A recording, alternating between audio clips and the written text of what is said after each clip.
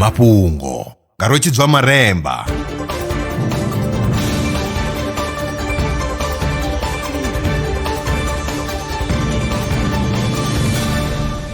Ndo livhuwa zwa zwino ndi tshifhinga tsha mafhungo. Vhathu vhanzhi vha fhedza tshifhinga tshilapfu vha kha zwiṋamelo zwa uya mushumoni.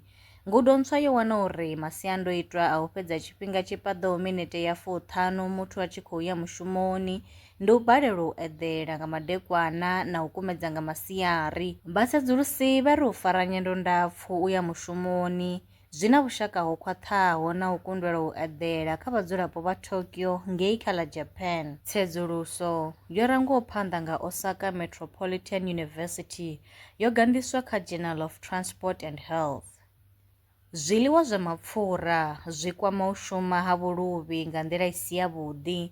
Vhorasaintsi u bva University of North Carolina at Chapel Hill vho tumbula uri zwiḽiwa zwo ḓalesaho mapfura zwi khakhisa sakhethe dza vhuluvhi nga tshihaḓu. Vha ri izwi zwi ita uri muthu a si kone u humbula zwavhuḓi. U ya nga tsedzuluso yo gandiswaho kha dzhenela ya Neuron, u sa shuma zwavhuḓi ha neuron dza vhuluvhi zwi nga livhisa kha u farwa nga vhulwadze ha khangwa. A khou guma nga u rali mafhungo nda vha farela one. Arali vha na mafhungo ane vha tama ri tshi a tevhelela kana wa sala murahu, vha nga ri foinela kana vha rumela mulaedza wa WhatsApp kha nomboro dza 083 316 0190. Nṋe na vhone kha ri ṱangane mafhungoni tshifhingani tshiḓaho.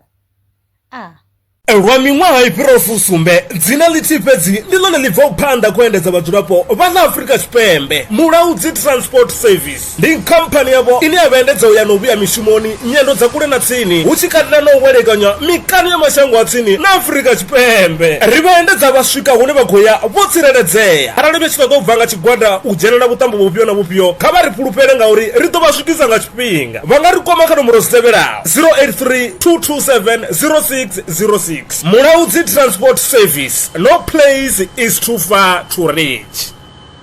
Zwino ri tshi khou amba vha nga vha sa ḓivhi uri masheleni a u tandulula thaidzo ine vha vha nayo vha ṱo a wana gai vha songo tsha ṱwa vha tshi renga nga ṱhoho lini. Benzran Brands I hanefha tsini na vhone ri ḓo vha thusa u bva kha 500 u swika kha 4000 randa. Riṋe ri khou ṱoḓa tshiḽipi tsha muholo, khophi ya basa, 3 months bank statement na proof of residence. U bva afho tshelede I khou ṋamba ya dzheniswa nga murahu ha zwiminetse nyana. Kha vha rumele WhatsApp zwino 072 019 5843. Benzran Brands ndi vha hadzimiswa masheleni vho ḓi ṅwaliselaho.